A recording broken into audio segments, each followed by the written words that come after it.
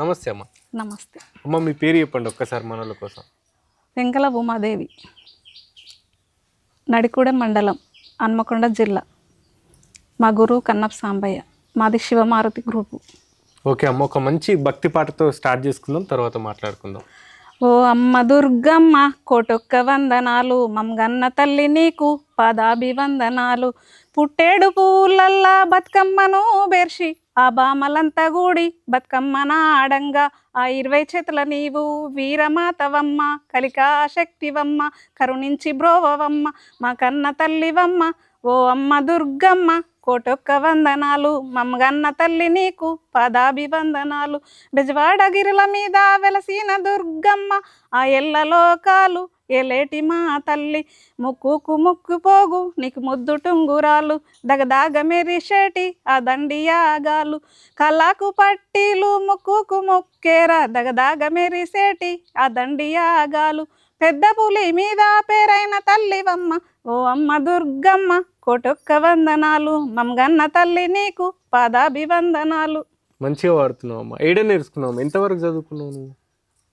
5 సగంలో మా నాయన చచ్చిపోయాడు. చచ్చిపోతే మా అవ్వ తోలలే, బంద్ చేసింది. ఏం పని చేస్తుంటారమ్మా మీరు? నేను బిడీలు చేస్తా, చీరలు అమ్ముతా, సిద్దిపేటలో చీరలు అమ్ముతాను. ఓకే అమ్మ, ఇప్పుడు ఇంకొక మంచి పాట పాడండి. జో అచ్యుతానంద జో పరమానంద, లాలి పరమానంద రవణి గోవింద. జో జో జో అచ్యుతానంద జో పరమానంద, లాలి పరమానంద రవణి గోవింద. జో జో గొల్లవారిన్లల్లో ఓకురా కృష్ణ, గోడలెక్కి నీవు దూకకురా కృష్ణ. జో అచ్యుతానంద జో పరమానంద, లాలి పరమానంద రవణి గోవింద. జో జో గొల్లవారిని చూసి నవ్వకురా కృష్ణ, గోడలెక్కి నీవు దూకకురా కృష్ణ. జో అచ్యుతానంద జో పరమానంద, లాలి పరమానంద రవణి గోవింద. జో జో నిమ్మ చెట్టు కిందికెళ్ళి ఓకురా కృష్ణ, నీడ చూసి నిన్ను నిందెలెత్తుదురు. జో జో జో అచ్యుతానంద జో పరమానంద, లాలి పరమానంద రవణి గోవింద. జో జో మంచిగా పాడుతున్నావు. ఇది జోల పాట. జోల పాట. వినాయకునికి సంబంధించి ఏదైనా పాట పాడతావు? పాడండి అమ్మ. వినాయక ఇందురావా నా మనంబులోన సుధీరా, వినాయక ఇందురావా నా మనంబులోన సుధీరా. ఎల్ల పూజల గణనాదా నీ ఉల్లములో దయలేదా, పల్లవిలోలుడ చల్లగా నీ దయ ఏలగ నమ్మిన వచ్చిన వాడ. వినాయక ఇందురావా నా మనంబులోన సుధీరా.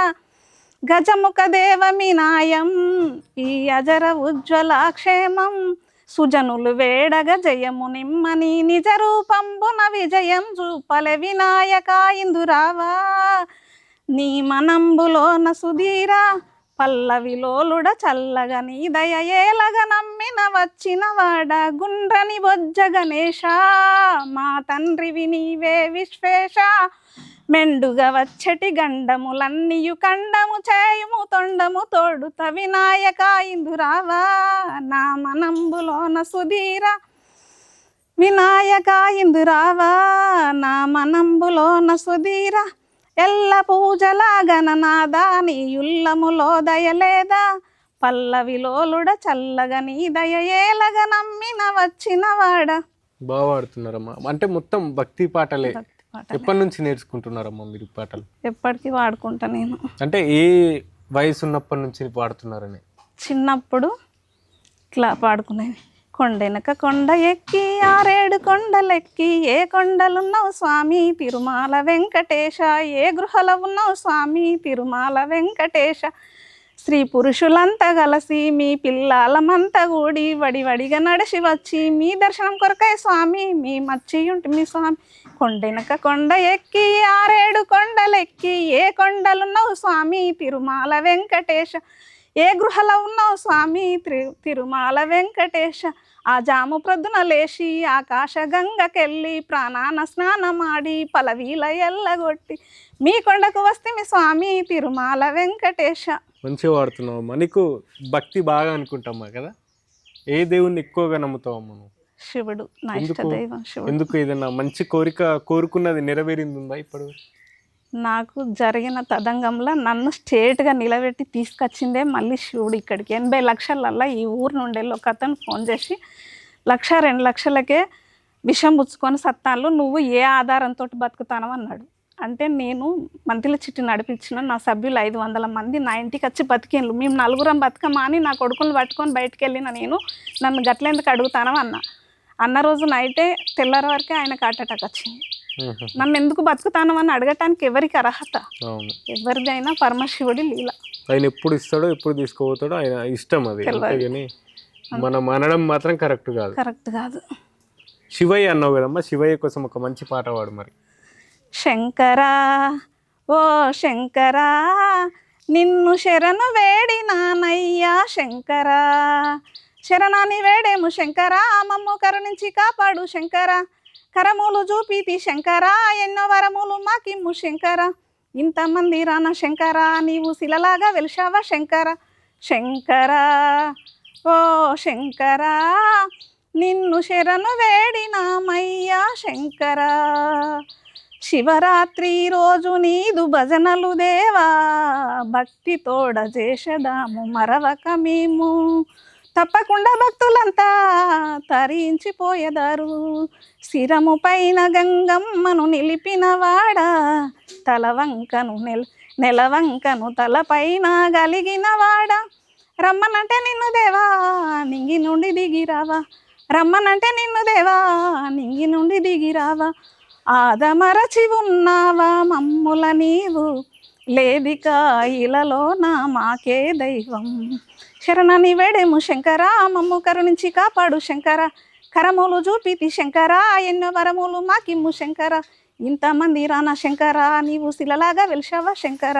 శంకరా ఓ శంకరా నిన్ను శరణు వేడినామయ్యా శంకరా.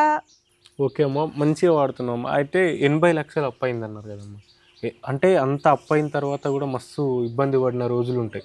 బాగా ఇబ్బంది పడి బాగా బాధపడిన రోజు ఏదన్నా ఉందా అమ్మా? బాధలలో కూడా మాకు ఆ శివుడు సహకరించి మాకు యాక్సిడెంట్ అయింది. యాక్సిడెంట్ అయితే భద్రకాళి మాత నాకు ఒక తదంగం జరిగింది. నేను అమ్మవారి భక్తురాలను, సంతోష్ మాత నిజరూప దర్శనం ఇచ్చింది. ఆ 15 రోజులు నేను హాస్పిటల్ ఉంటే డిశ్చార్జ్ అయ్యే రోజు భద్రకాళి మాత అమ్మ గుళ్ళె నుండి నాలో ఏదో ప్రవేశించినట్టు చూపించింది నిదర్శనం నాకు అది. అంటే నాలో నేను అక్కడి ఫుడ్ తినలేదు, అక్కడ ఉండలేదు. నేను వెజ్ తింటా, నాన్ వెజ్ తినా. వాళ్ళు హాస్పిటల్లో నాన్ వెజ్ పెడతారు. అయితే ఆ మందులు ఆ ఇంజక్షన్లు అవన్నీ అమ్మవారే ఏమో చేసుకున్నది, నాకు సంబంధం లేదు. నేను ఒకరోజు తిరుపతి వేసినప్పుడు కూడా నేను పడుకొని లేచిన ట్రైన్ దిగే ముందు అమ్మవారికి అప్పచెప్పిండు. ఇది జరిగే ముందు ఇట్లా అప్పైతుందని జరిగే ముందు అక్కడ నుండి వెళ్ళి వెంకటేశ్వర స్వామి భద్రకాళి మాతకు అప్పచెప్పిపోయాడు. అదొకటి గుర్తు, ఇదొకటి గుర్తు. ఈ 2 జరిగినాయి నా జీవితంలో. నాకు ఎప్పుడు కష్టం ఇన్ని కష్టాలల్లో కూడా మా పక్క పొంట ఒక అతన్ని గుర్తులేని వ్యక్తి నుంచి నవ్వులాట పెట్టేది అక్కడ శివుడు, నవ్విపించటానికి. ఒక ఆయనకు 2 రోజులు కట్ట కింద పడి ఉన్నాడట, యాక్సిడెంట్ అయ్యి పడి ఉంటే తీసుకొచ్చి హాస్పిటల్ అయితే భార్యను గుర్తుపడతలేడు కానీ అమ్మని గుర్తుపడతాడు. మళ్ళీ ఈయనతోటి క్లోజ్గా ఉంటాడు, బిడ్డ నీతోటి మంచిగా ఉంటాడు కదా, మీరు మాట్లాడుకుంటారు. సదానందం ఆయన పేరు. ఏదైనా ఆయన అడిగితే ఏమన్నా లేదని అంటే నీళ్ళు జల్లు దొరుకుద్ది అంటాడు, మనసులను కూడా నీళ్ళు జల్లు దొరుకుద్ది అంటాడు. అంటే నవ్వుకునేది. అట్లా అక్కడ ఎక్కడైనా బాధ కలిగినా కూడా నవ్విపించిండు ఆ దేవుడు. అంత కష్టంలో బాధ అంటే అది ఎవరికి రాకూడదు, ఈ ప్రపంచంలో ఆ బాధ ఎవరికి రాకూడదు. భక్తి అనేది మన మనసు ఒకటి స్వచ్ఛంగా ఉంటే దేవుడే కాదు ఎవరైనా దిగి వస్తారు మన కోసం. మన మనసు అనేది స్వచ్ఛంగా ఉండాలి. ఎప్పుడైనా సరే మనం ఒకరి మంచి కోరుకోవాలి తప్పించి ఒకరి చెడు మాత్రం ఎప్పుడు కోరుకోవద్దు.